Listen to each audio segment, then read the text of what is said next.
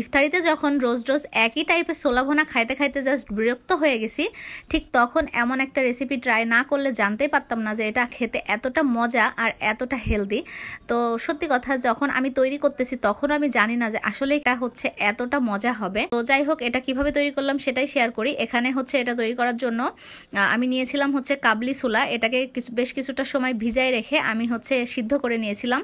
আর সাথে এই যে যা যা পছন্দের ফল আর হচ্ছে শসা, গাজর, এগুলা দিয়ে আর কি হচ্ছে একটা সালাদ, মানে টক দই দিয়ে যে ফ্রুট সালাদ হয় সেই টাইপসেরই কিছু একটা তৈরি করব।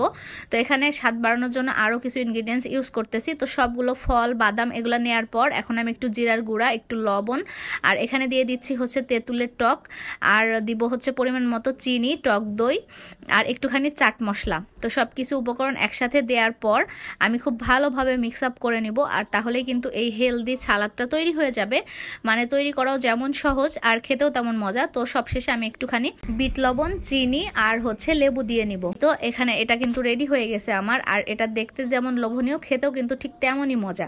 তো যারা এভাবে খান তারা তো জানেন এটা কতটা খেতে মজা। আর যারা এখনো ট্রাই করা হয়নি যাদের, তারা কিন্তু ট্রাই করতে পারেন। আর তৈরি করলে কেমন লাগলো অবশ্যই কিন্তু শেয়ার করতে ভুলবেন না।